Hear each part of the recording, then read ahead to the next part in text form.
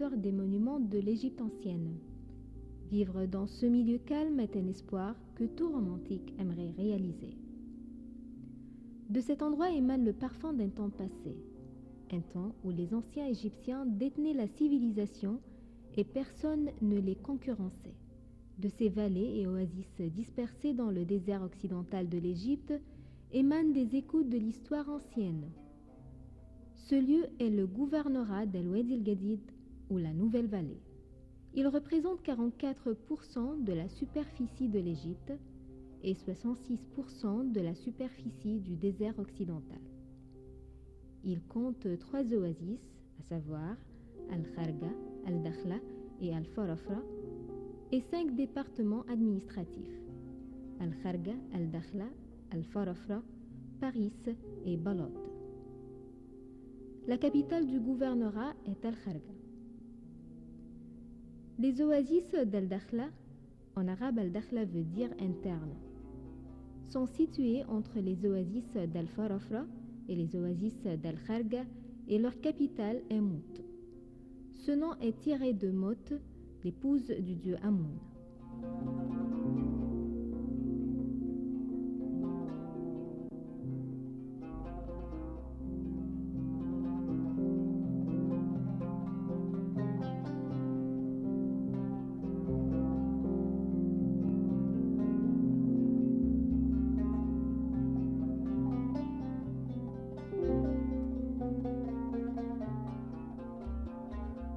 Les oasis d'Al-Dakhla attirent les touristes.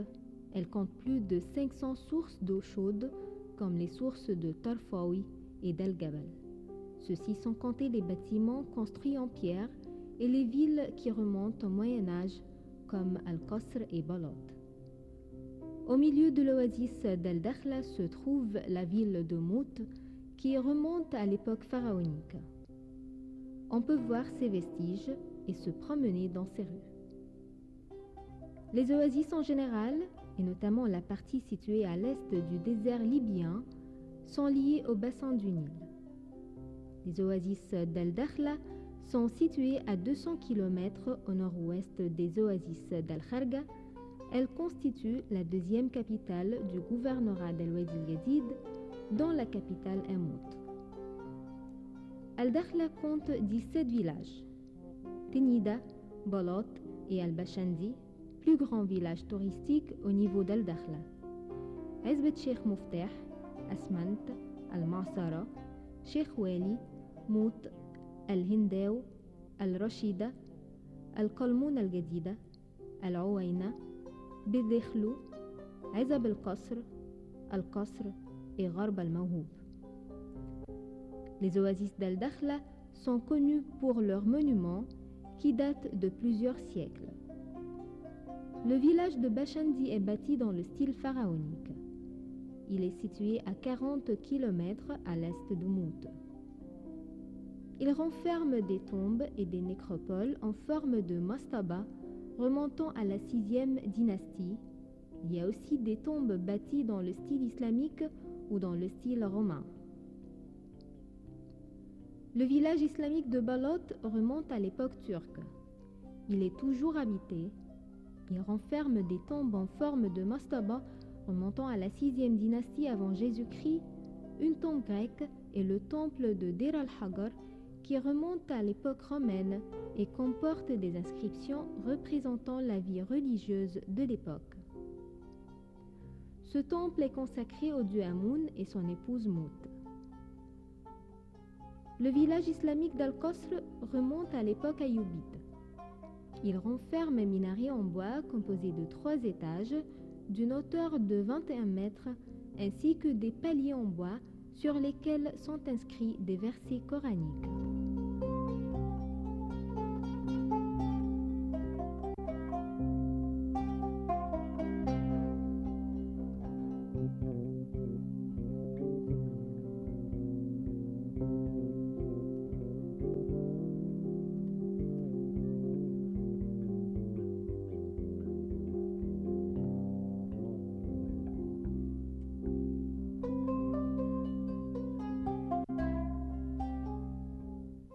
L'historien Ibn Hawqal dit qu'une seule famille a détenu le pouvoir aux oasis après la conquête islamique de l'Égypte à l'année 640 après Jésus-Christ. Quant à l'époque qui précède la conquête des Arabes musulmans, un certain nombre de références historiques affirment que les Romains ont développé le pays, ont creusé des ruisseaux pour faire passer l'eau aux terres fertiles, on a couvert les ruisseaux pour les protéger des vents de sable connus dans le milieu géographique et climatique des oasis. À l'époque chrétienne, le nombre d'immigrations de la vallée du Nil vers les oasis a augmenté à cause des persécutions religieuses. Nous pouvons dire que si la vallée du Nil était la première pépinière de l'agriculture égyptienne, les oasis ont joué le rôle de l'entrepôt qui préserve les récoltes, disait James Henry, historien de la civilisation égyptienne.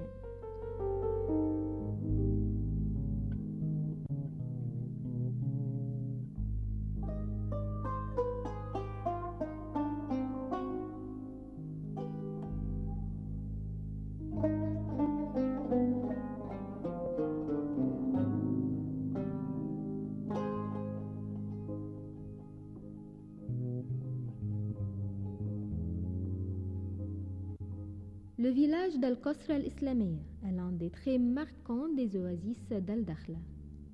Ce village, situé au nord d'Al-Dakhla, était le premier à accueillir les tribus islamiques aux oasis en l'an 50 de l'Hégire. On y trouve les vestiges d'une mosquée qui remonte au 1er siècle de l'Hégire. Le village était prospère à l'époque ayoubide. À l'époque, Al-Qasr al-Islamiyya était la capitale des oasis. On y trouve aussi le château du gouverneur ou Qasr al-Hakim. À l'époque des pharaons, le village de Balot était le siège du gouverneur des oasis. Le siège a ensuite été à la ville de Mout, puis à Al-Qasr al-Islamiyya, situé à 32 km au nord de la ville Mout. Rappelons que c'est l'un des tout premiers villages à témoigner des conquêtes islamiques en l'an 50 de l'Hégire. Outre la mosquée ancienne et le château du gouverneur, on y trouve le minaret d'une ancienne mosquée composée de 3 étages d'une hauteur de 21 mètres. Le village comprend aussi un grand nombre de mosquées datant de l'ère turque et mamelouk.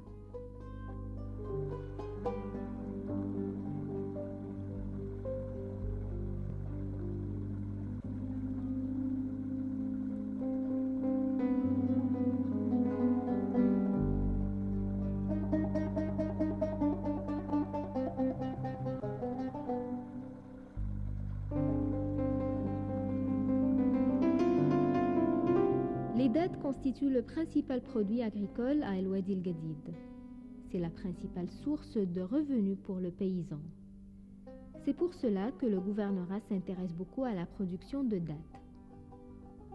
Le gouvernorat déploie des efforts intenses pour développer la culture des dattes et couler la production sur les marchés internes et externes, ceci en collaboration avec le Centre des recherches agricoles et l'Académie des recherches scientifiques. Ces efforts se sont avérés fructueux. La productivité d'un seul palmier est passée de 35 kg en 1995 à 50 kg en 2008, ce qui a aidé à augmenter le revenu du paysan et améliorer son niveau de vie. Le gouvernorat exporte environ 10 000 tonnes de dattes chaque année vers les pays asiatiques et européens. Le gouvernorat se distingue aussi par son arabesque,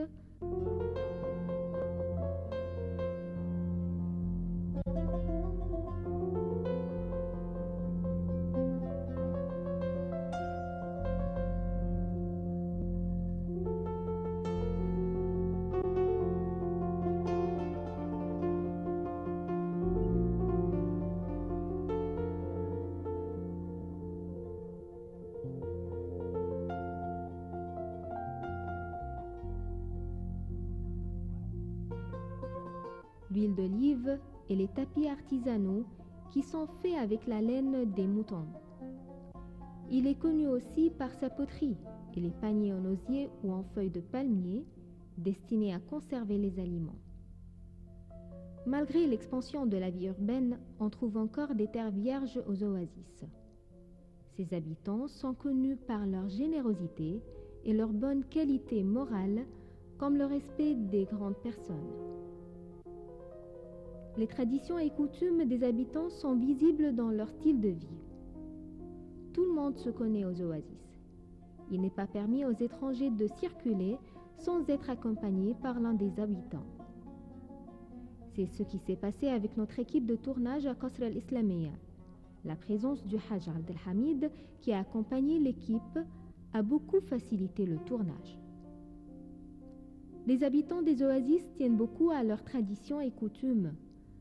Parmi ces coutumes, il y a la consommation de thé et de narguilé. Le thé est présenté aux hôtes plusieurs fois dans de petits verres, au grand d'abord et à partir de la droite. Si les hôtes remettent le verre vide, cela signifie qu'ils veulent un autre thé, et s'ils n'en veulent pas, ils posent le verre en le renversant. Et puisque les maisons bédouines sont toujours ouvertes pour les visiteurs, si des visiteurs étrangers se présentent, ils sont bien accueillis et on abat une bête pour leur offrir à manger. Les visiteurs doivent manger avec le propriétaire de la maison. Les invités doivent aussi manger de tous les aliments qui se trouvent devant eux. La coutume bédouine veut que les mariages aient lieu dans la grande mosquée du village pour que tout le monde soit au courant. Plusieurs mariages peuvent avoir lieu à la mosquée en même temps.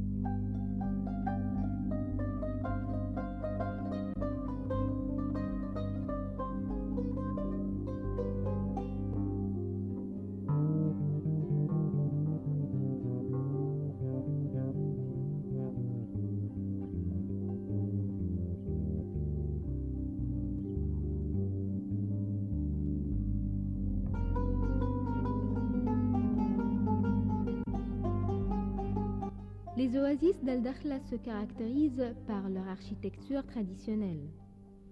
C'est l'un des éléments les plus marquants de la culture de cette région.